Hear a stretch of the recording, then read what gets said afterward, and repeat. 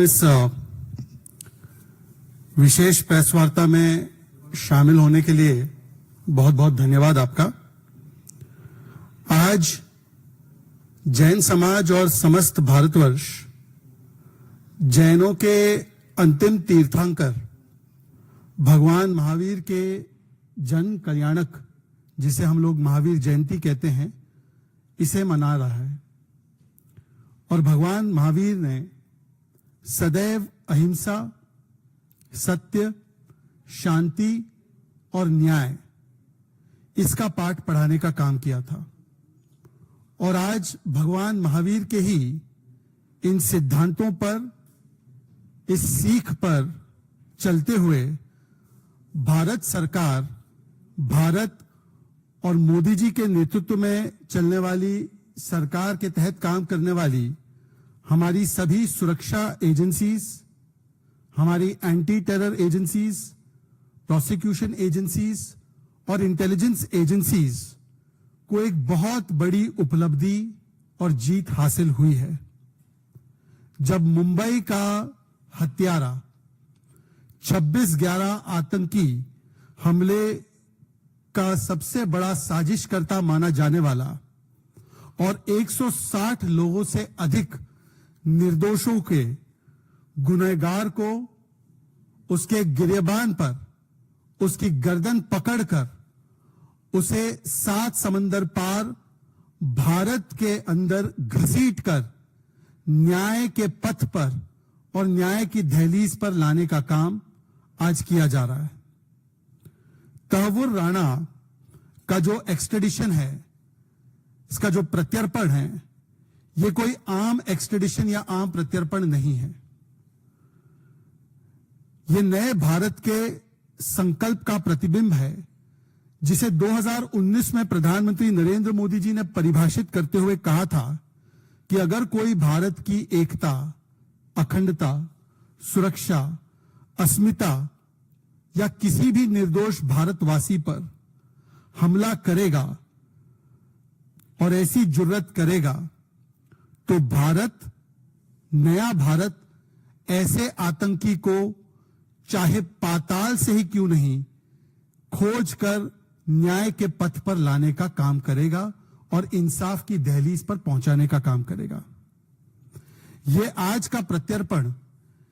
केवल एक प्रत्यर्पण नहीं है, बल्कि यह संकल्प है, यह भारत का और नए भारत का संकल्प है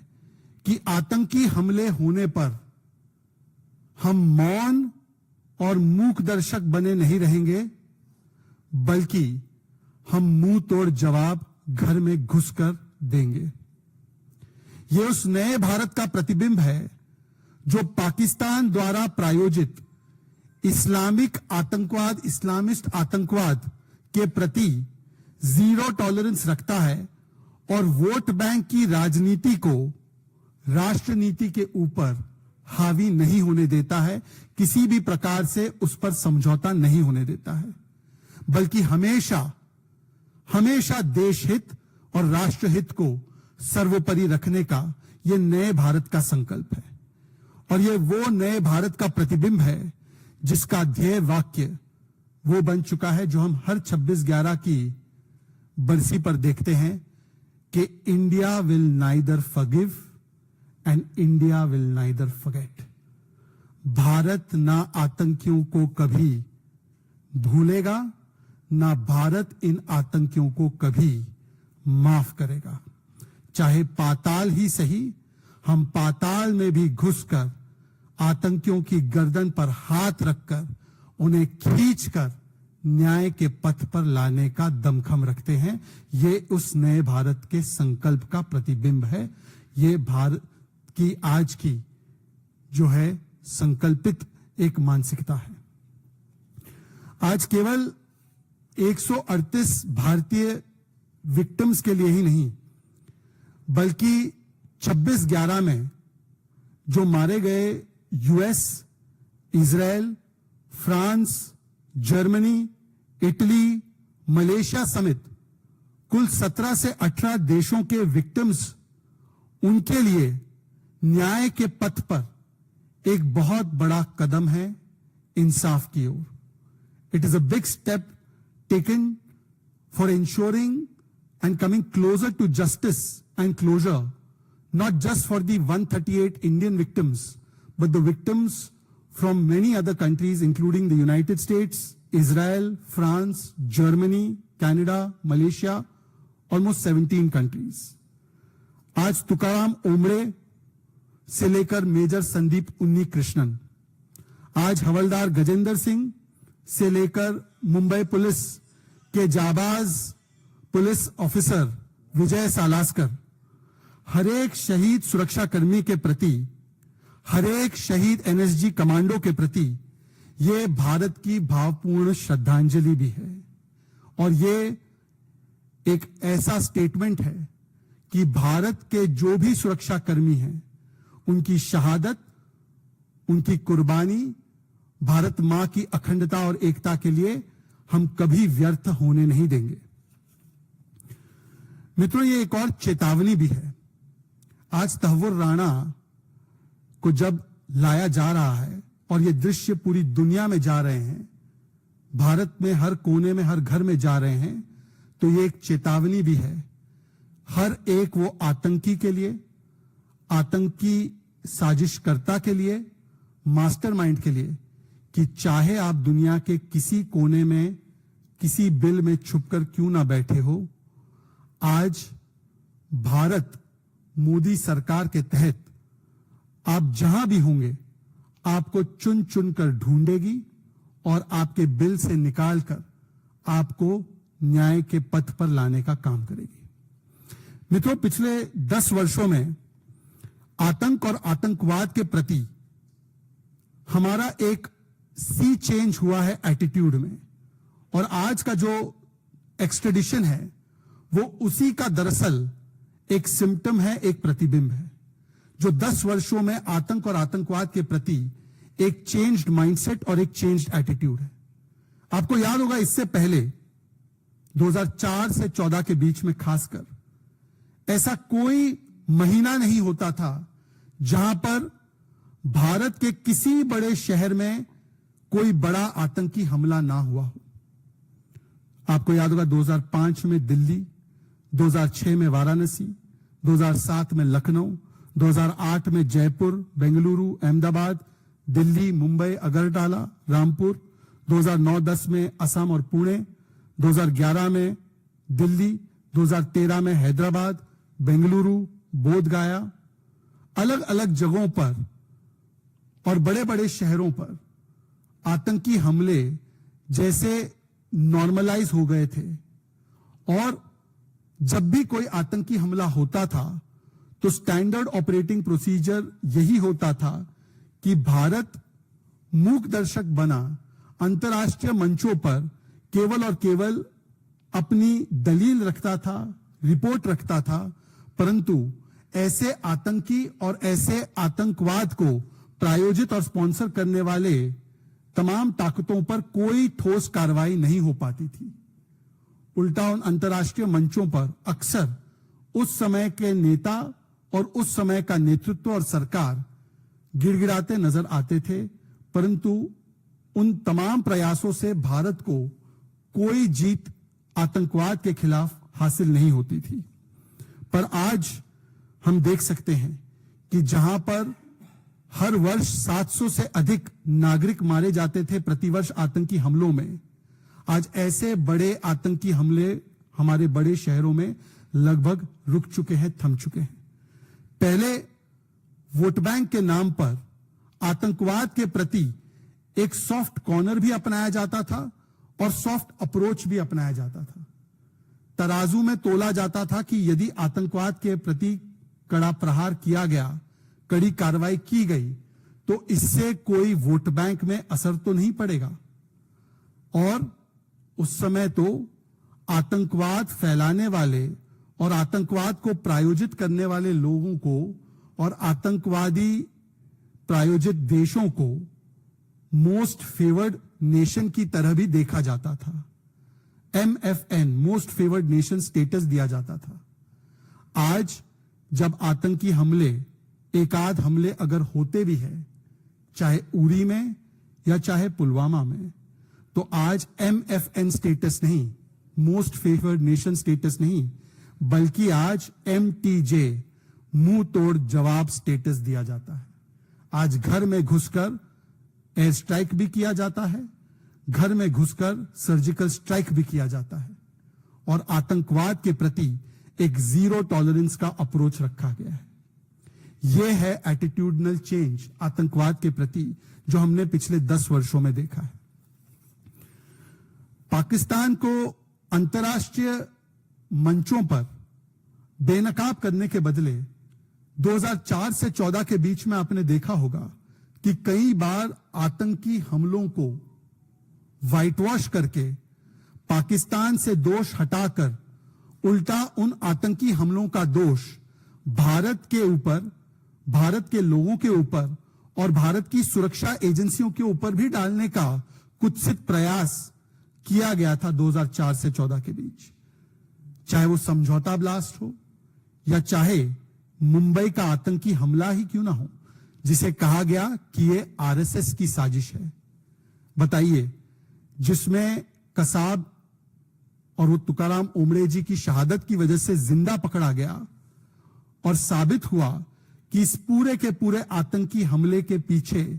पाकिस्तान का हाथ है, पाकिस्तान और आईएसआई का इसमें रोल है, और पाकिस्तान को बेनकाब करने के बदले उस समय कांग्रेस के वरिष्ठ नेता अगर पार्टी नहीं कर रहे थे, अगर लेट नाइट तक पार्टी उनकी नहीं चल रही थी, तो उनका दूसरा काम केवल यह था कि कैसे पाकिस्तान के इस इस्लामिस्ट टेरर पर लीपापोती की जाए और क्लीन चिट दिया जाए। यहां तक कि हिंदू टेरर और संघ टेरर और आरएसएस टेरर का एक फेक नैरेटिव जड़ने का भी काम कांग्रेस के उस समय के वरिष्ठ नेताओं ने किया, और आज भी उनके नेता उसी प्रकार से लगे हुए हैं। जब तहव्वुर राणा का एक्सट्रेडिशन हो रहा है, वैसे तो 10 साल इन्होंने कुछ किया नहीं, आज उसका स्वागत करने के बदले आज भी राष्ट्रीय सुरक्षा और राष्ट्र नीति की इतनी बड़ी जीत पर वोट बैंक की राजनीति की जा रही है। कांग्रेस के एक नेता जो उनके एलओपी रह चुके हैं, विजय वड़त्तीवार, उनका एक बयान आया था, शर्मसार करने वाला बयान था, कि शहीद हेमंत करकरे जी को कसाब और पाकिस्तानी आतंकियों ने नहीं, बल्कि उन्हें पुलिस वालों ने ही मारा था। यह उनका कोट अनकोट स्टेटेड बयान है, और यह कांग्रेस के leader of opposition, Maha Vikas Aghadi के लीडर ऑफ ऑपोजिशन का अधिकृत बयान था, जिसका ना कांग्रेस ने खंडन किया ना उससे किनारा किया। जब 26/11 हुआ था, तो आपको याद होगा, और आज भी मैं कई टीवी चैनल्स पर देख रहा था, एक इंटरव्यू किया गया था जो उस समय हमारे एयरफोर्स के चीफ थे, श्रीमान फली मेजर, और श्रीमान फली मेजर ने बताया कि किस प्रकार से उन्होंने उस समय की सरकार, उस समय के नेतृत्व से कहा कि अब इस आतंकी हमले का हमें मुंह तोड़ जवाब देना चाहिए। इसका मतलब कि आज जो हम सर्जिकल स्ट्राइक या बालाकोट एयर स्ट्राइक देखते हैं, उसकी क्षमता करने की क्षमता भारत की सेना, भारत की वायुसेना, भारत की सुरक्षा बलों में तब भी थी, परंतु राजनीतिक इच्छा शक्ति न होने के कारण फली मेजर साहब को, एयरफोर्स को रोका गया और कहा गया कि इस पर हमला करने से, इन कैंपों पर हमला करने से फायदा राजनीतिक रूप से किसी और को चला जाएगा, और इसीलिए यह राजनीतिक फायदा किसी को ना पहुंचे और हमारे वोट बैंक में नुकसान या सेंधमारी ना हो, इसीलिए 26/11 के बाद जो निर्णायक कार्रवाई करनी चाहिए थी, उससे भारत के सेना और सुरक्षा बलों को रोका गया। और ये फली मेजर ने भी कही है, और इसी बात की पुष्टि बराक ओबामा साहब की किताब में भी और कांग्रेस के एक वरिष्ठ सांसद के किताब में भी की गई है कि किस प्रकार से उस समय के नेतृत्व को वोट बैंक के चलते सोनिया गांधी जी और उस समय गांधी परिवार जो एनएसी चलाता था, मतलब कि वही सुपर प्राइम मिनिस्टर था एक तरह से, उन्होंने ओवररूल कर दिया किसी भी प्रकार की ठोस कार्रवाई करने से।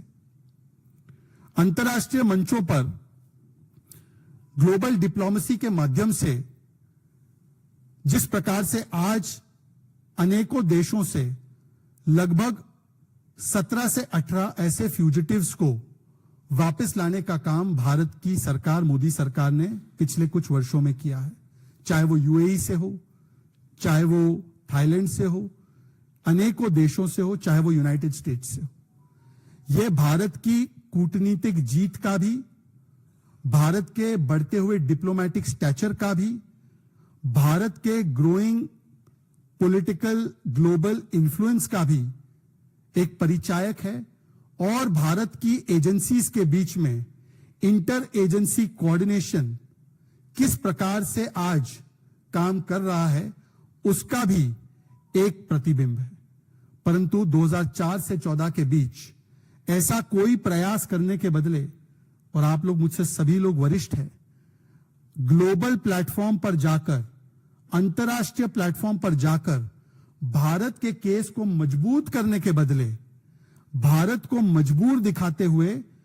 शर्म अल शेख में ऐसा डिक्लेरेशन साइन किया गया, ऐसा डिक्लेरेशन दिया गया जिससे कि भारत पर ही दूसरे देशों में और दूसरे जगहों पर आतंकवाद फैलाने का आरोप लगा। सोचिए कि एक तरफ तो मोदी सरकार अंतर्राष्ट्रीय मंचों पर जाकर आतंकवाद की जननी, आतंकवाद को फैलाने वाली और प्रायोजित करने वाले देशों को बेनकाब करने का काम करती है, और उस समय की सरकार अंतर्राष्ट्रीय मंचों पर जाकर भारत का पक्ष रखने के बदले उन देशों के पक्षों को मजबूत करने के लिए भारत का ही रोल आतंकवाद में था, भारत का ही रोल इंटरफेरेंस में था, इस प्रकार के डिक्लेरेशन भी साइन करके आती थी। मतलब ये कितना बड़ा समझौता भारत की सुरक्षा नीति, राष्ट्र नीति और विदेश नीति के साथ किया गया, इसका भी आपको अंदाजा मिल सकता है। पिछले 10 वर्षों में आपने देखा होगा कि आज न केवल क्रिमिनल्स, इंटरनेशनल फ्यूजिटिव्स को वापस लाया जा रहा है, न केवल आतंकी हमले बड़े शहरों में थम गए हैं, और अगर कोई आतंकी हमला करने की जुर्रत करता है तो उस पर मुंह तोड़ जवाब दिया जाता है। आज हम देखते हैं कि अंतर्राष्ट्रीय मंचों पर भारत नहीं जाता न्याय मांगने के लिए, बल्कि आतंकवाद फैलाने वाली देश भारत से कतरा कर, डर कर, आज भारत क्या कार्रवाई करने की क्षमता रखता है उसे देखकर अंतर्राष्ट्रीय मंचों पर जाकर गिड़गिड़ाते हैं कि हम माफी मांगते हैं और भारत से हमें आज बचा लीजिए। यह सी चेंज हुआ है पिछले 10 वर्षों में, जब आपका जीरो टॉलरेंस टुवर्ड्स टेररिज्म हो। आज आपने देखा होगा कि कई सारे डोमेस्टिक आतंकवाद के केसेस में भी, चाहे वो अहमदाबाद ब्लास्ट हो,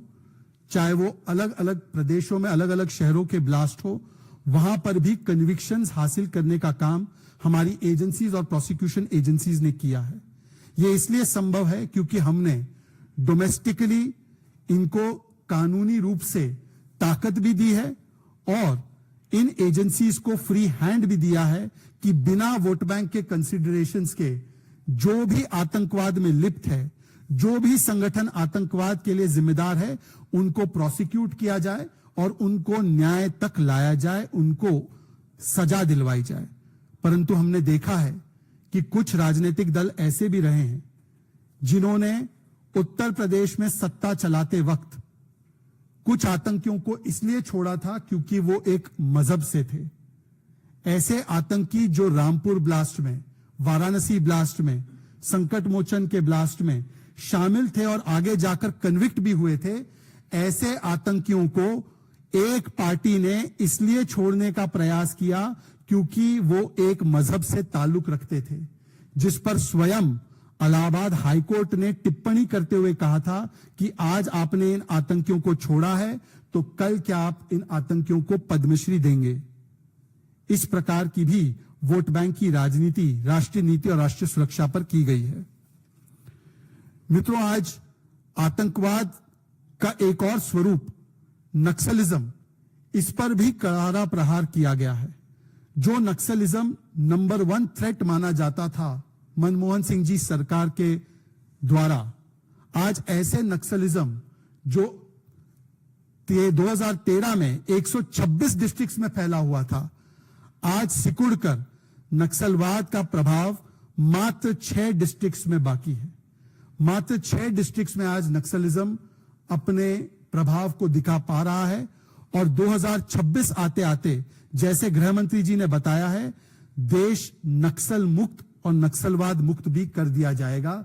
मतलब कि एक और करारा प्रहार किस प्रकार से आतंकवाद पर किया गया है पिछले 10 वर्षों में, उसका जीता जागता प्रमाण आप देख सकते हैं। आर्टिकल 370 के हटाए जाने के बाद जम्मू कश्मीर में भी आतंकवाद में और पत्थरबाजी में एक बड़ी गिरावट आई है। जहां पर एक समय पर आर्म फोर्सेस पर स्टोन पेल्टिंग के अनेकों किस्से सामने आते थे, आज स्टोन पेल्टिंग 99% से अधिक कम हुई है। लगभग स्टोन पेल्टिंग के सारे किस्से थम गए हैं। आज टेररिज्म के जो हर वर्ष 400 इंसिडेंट्स होते थे, वो 50% से अधिक गिरकर आज वहां पर सिविलियन डेथ्स हो, सिक्योरिटी पर्सनल की डेथ्स हो, ये दोनों में भारी गिरावट देखने मिली है। और 370 हटाए जाने के बाद आज जम्मू कश्मीर में जहां पर पी फॉर पाकिस्तान परस्ती और पी फॉर पत्थरबाजी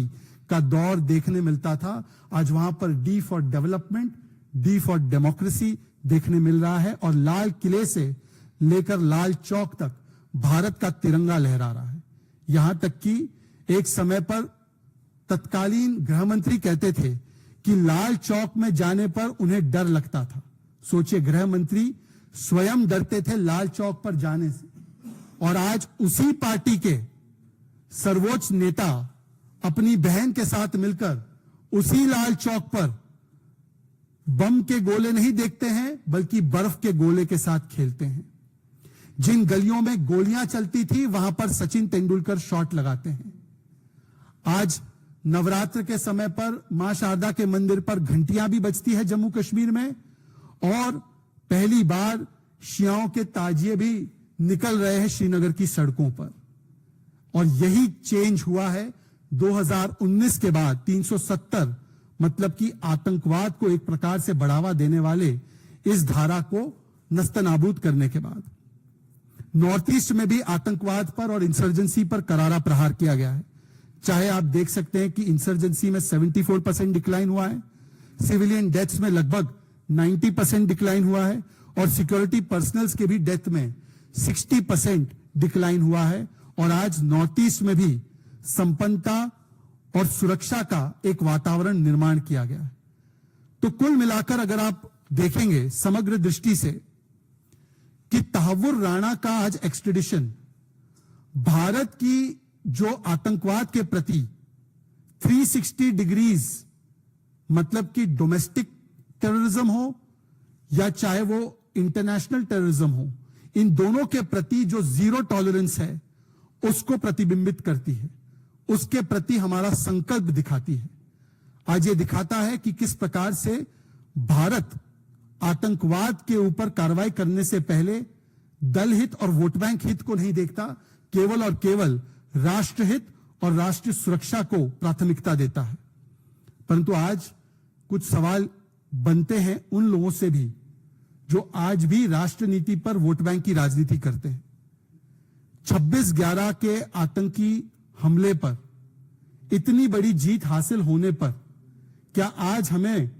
जिन लोगों ने यह किताब लिखी थी और जिन लोगों ने किताब को आगे बढ़ाने का काम किया था कि 26/11 आरएसएस की साजिश है, ये हिंदुओं की साजिश है, ये भारतवासियों की साजिश है, क्या वो लोग आज माफी मांगने का काम करेंगे? जिन लोगों ने कहा था कि पाकिस्तान नहीं बल्कि भारत की ही एजेंसीज इस आतंकी हमले के लिए जिम्मेदार है, क्या ऐसे लोग माफी मांगने का काम करेंगे? जिन लोगों ने 2004 से 14 के बीच पाकिस्तान जो आतंकवाद को प्रायोजित करता था उसके खिलाफ रिपोर्ट देने के अलावा कोई कड़ा कदम नहीं उठाया, और जो हमारे नागरिक और हमारे शहीद सुरक्षा बलों की जो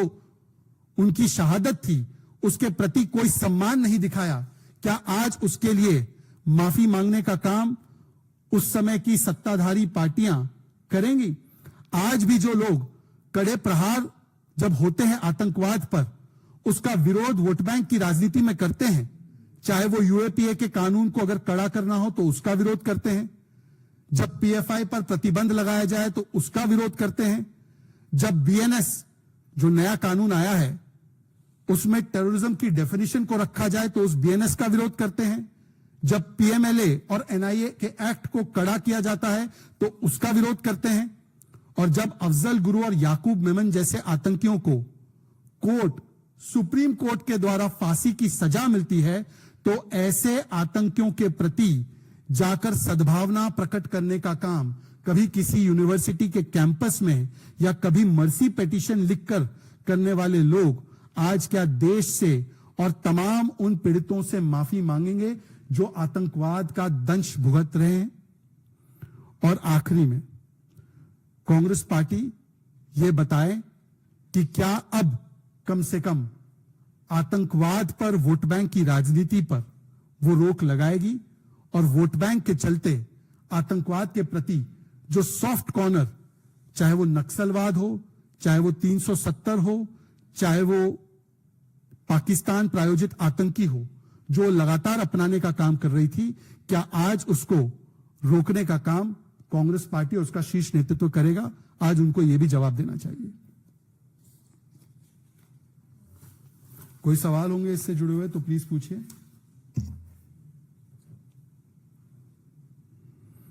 मैं अज्यूम कर रहा हूं कि इस पर कोई सवाल नहीं है आप लोगों का। चलिए, तो इस प्रेस वार्ता को यहीं पे समाप्त करते हैं। बहुत बहुत धन्यवाद। नहीं,